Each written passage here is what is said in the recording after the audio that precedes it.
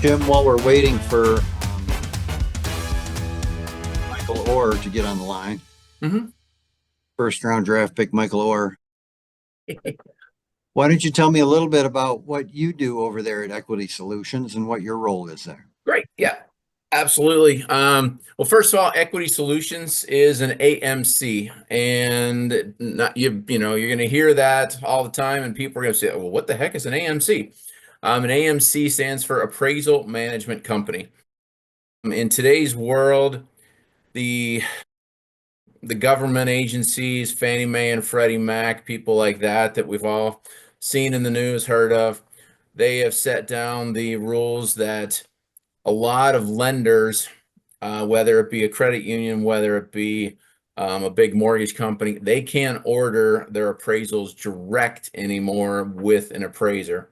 They need a middleman, and that way they can't control where the orders are going, so they're not going to be able to send it to their brother-in-law or their good friend where they know they're going to get a higher value possibly, or a report that might be a little skewed that way. There could be a conflict of interest, right? So they put you guys kind of as a middle person to keep the parties separate, correct? Exactly. Has been trying to get into the meeting. He is one of our owners, and he's a certified appraiser. There's real quickly for the folks on the call, there are two different kinds of appraisers. There's, well, actually three. You have a licensed, which they can just do conventional loans.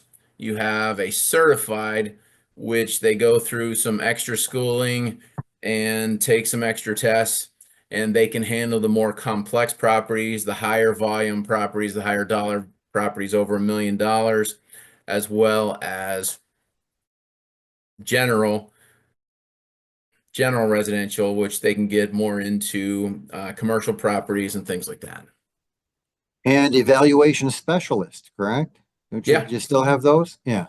Those are yeah, trainees, basically. correct. Yeah.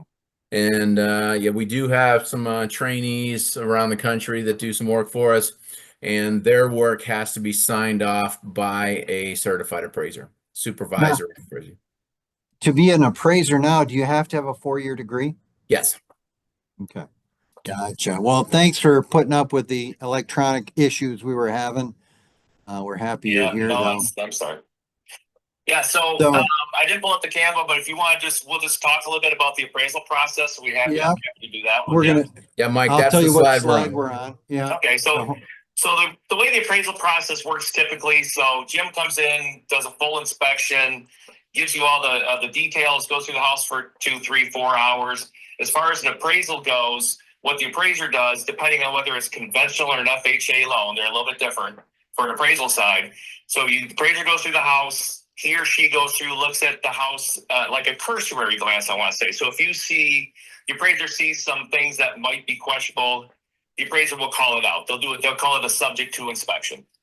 Most likely you go through the whole house. House is in great shape. Everything's fine. You're taking notes. You're taking pictures of every room.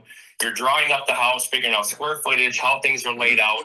And then what the appraiser then does is then takes that information, goes back to his or her desk, and then starts pulling together comparable sales. So comparable sales, basically what they are is that's what the appraiser uses to duplicate the subject house, the house that you're going to be buying. So you're looking at, so if you have a 1950s brick ranch, obviously you're looking for similar 1950s brick ranches.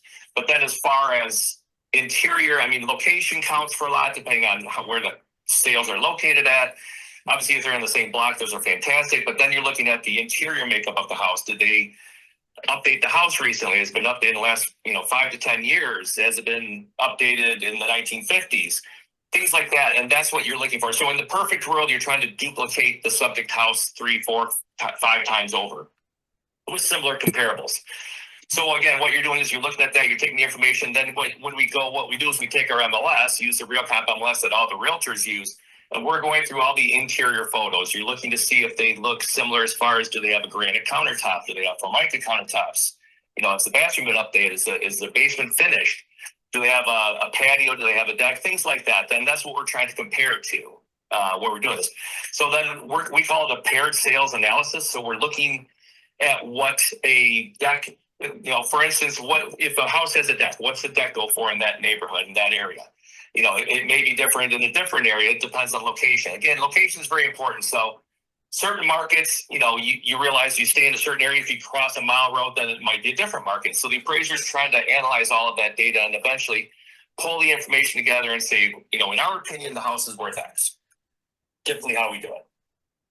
Great. So you're looking for homes that are similar to the subject property that you might have to make adjustments to Correct. make it exactly like the subject property, but that's in the ideal world. Sometimes you have to go outside the sub. Typically, what is the radius around the subject property that you do? And I know it's all different. There's no real hard and fast rule as far as that. There used to be. So Fannie and Freddie back in the day, that's the government entities. They used to say we want to stay within 6 months and 1 mile. Well, it depends. If you have a unique property, like for instance, there's a property we're working on now in West Bloomfield. It's on 7 acres. You don't have that many 7-acre properties in West Bloomfield. So because of that, you're having to go outside the immediate area because there's nothing similar. But typically, like I said, you're going to want to find the most recent, the most similar locationally house, because the way the market is, you never know what the market's going to change to. So if there's a house that's maybe 12 months old and it's a good sale, then the appraiser will look at like possibly a time adjustment. And they'll look to see if the market was different 12 months than it was for now. Again, a lot of analytics goes into putting the appraisal together. So, and if you're doing an FHA appraisal, then the appraiser goes one step further and they're looking in attics, they're looking at crawl spaces. They want to make sure that everything's, as Jim said, you're looking for, safety and security and soundness is what the appraiser, like a health or safety issue is what we call it. Same thing. Sure. And FHA is more appealing to a lot of first-time home buyers because they can put less money down, but then the appraisal process might become a little more rigorous. And that's exactly why they do it, because usually it's a first-time home buyer who doesn't have a lot of money to put down. So in turn, then they may not have a lot of money to do all these repairs. So that's, as the appraiser, we're doing the same thing. We're looking to make sure, hey, is this a security issue? Is this a safety issue? I have 4 kids and they're all older now, but when they were younger, I always thought, well, if one of my kids and one of my children, how could they get hurt? Could they fall down the stairs? Is there something that could happen that, could be preventable if the house was in solid, safe condition? So, yeah, so we do look for more health and safety issues than FHA. We look for them in both, but FHA is a lot more stringent as far as their rules go. Sure. For finding. And they'd be looking at things like a handrail, making sure all the handrails are up to code and that type of cement is not broken. Right, like heights of decks. If it's over a certain height, you have to have a rail around it, because obviously, again, if you have a small child, you want that small child falling off of the deck and maybe falling onto concrete or something like that. And that's usually, as far as FHA, usually that's as far as the city or township or county goes, is how we follow those rules. It's not really an FHA rule. It's that, what does the city say as far as heights for safety hazards and things like that? So the appraiser has to know all that too, and then zoning and things like that. So there's a lot that goes into putting the report together. Michael, what would you say is the most common misunderstanding about what an appraisal is that first-time home buyers frequently ask or request from you guys? They're like, hey, I didn't know X. What would you say? So typically when we show up to the house and when the appraiser goes to the house, you either meet the realtor or the seller. The buyers are never there. A lot of people confuse us with Jim, with the home inspector. They're saying, oh, well, you're the home inspector. Well, no, the home inspector and appraiser are totally different things, because obviously Jim's sole focus is you want to make sure, you want to turn every faucet on, check every plug, make sure everything's working, because you want the house to make sure it's safe. The appraiser's job is to go through that information, but then you're putting a value on it, because in the world, the appraisers are the only ones that have no skin in the game, for lack of a better word. Like the buyers, the sellers, realtors, everyone wants this to come in at something. And the appraiser is the only one that's a third party independent number. They don't, appraiser, not to say they don't care, but the appraiser's there just to tell you the honest opinion of what the value is. Whether if you buy a house for X and you overbid by $50,000, I mean, you look at that, but if that's what it's worth, that's what it's worth. But if it's not, then, unfortunately, sometimes we're the bearer of bad news. Yeah, but I think it's really a protection for the buyer as well, because if they got excited about a property, that's what the other Jim was saying. If you get excited and fall in love with a property and you overbid for it, you could wind up in a negative equity situation pretty quickly, and the appraiser is the one that comes back in and brings everything back together, I would say. So you might look at it like bad news. Like I said, some people, like you said, when there was no inventory of homes, it was not uncommon for people just to, the house gets, listed for X. People are just like, it's like an auction. Buyers, I'll go 50, I'll go 100, I'll go. And they got bid up because somebody didn't want to lose that house again because they've been looking for months to find a home. Yeah. But again, you bid it up because you fell in love with the house, but is it really worth that? You know what I mean? So that's where the appraiser comes in and says, because, our like you said, our point is to give you a value, an honest value, so that the buyers know that it's really only worth X. And, it's not worth the extra money you're putting towards it. So again, it's more of a reality check for a lot of people, unfortunately. So. Yeah, and not from your perspective, but I mean, it gives the buyer an opportunity to talk to the seller again. Yes. And Yeah, maybe for sure. work it out. So usually they will feel horrible or they'll be very angry at the appraiser, but it's not really something they should be all that angry about. They should be kind of grateful that they came in and did a good job on the appraisal, is what I would say. Right.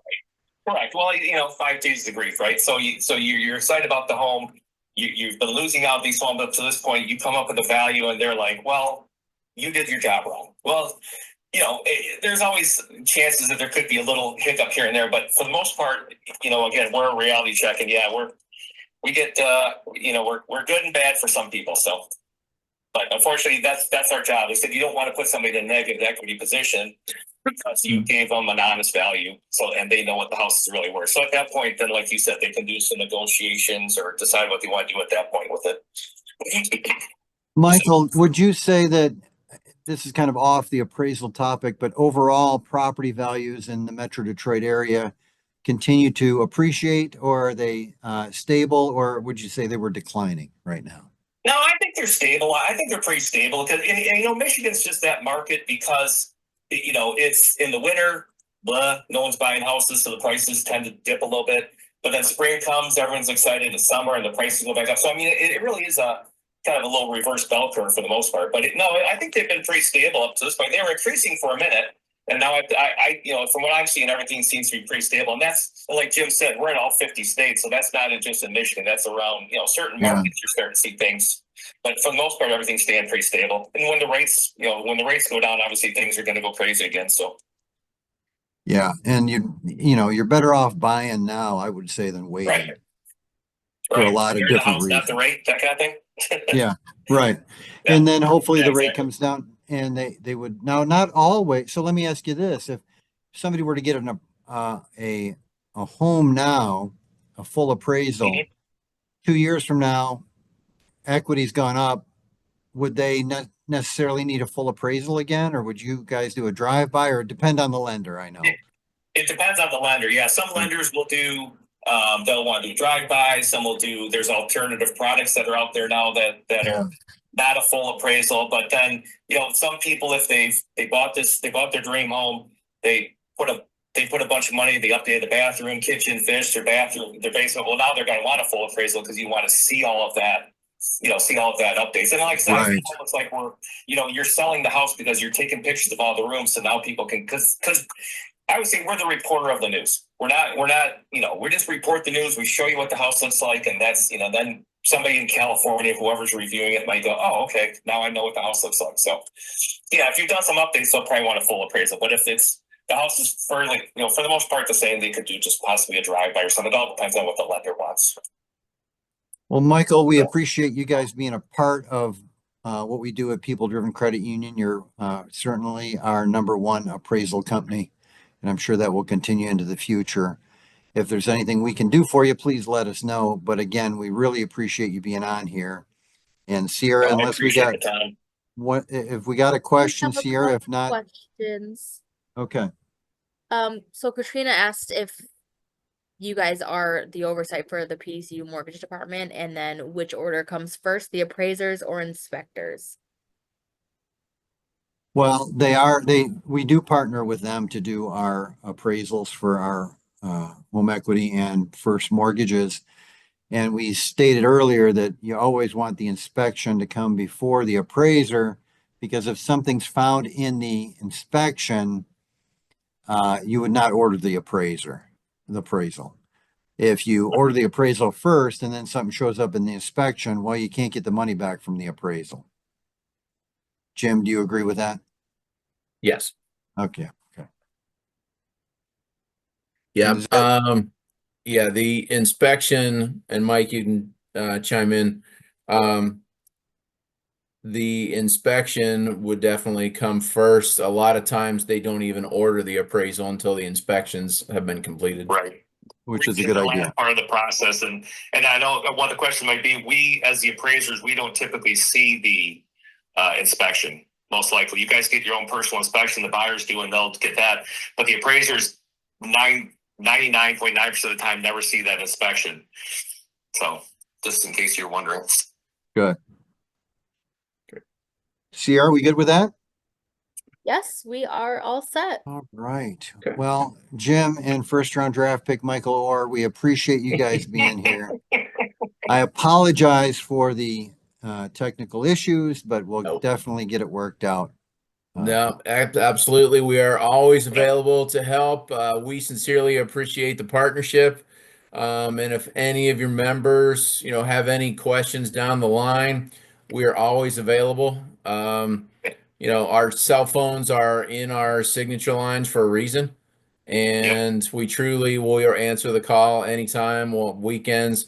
So, a lot of times borrowers are going to have questions to loan officers or other folks from your branches, and they're not going to be familiar with the answer. Shoot us a message. Call us, text us, email us, and we will answer right away. And that way we can help your members and, help everyone down the road.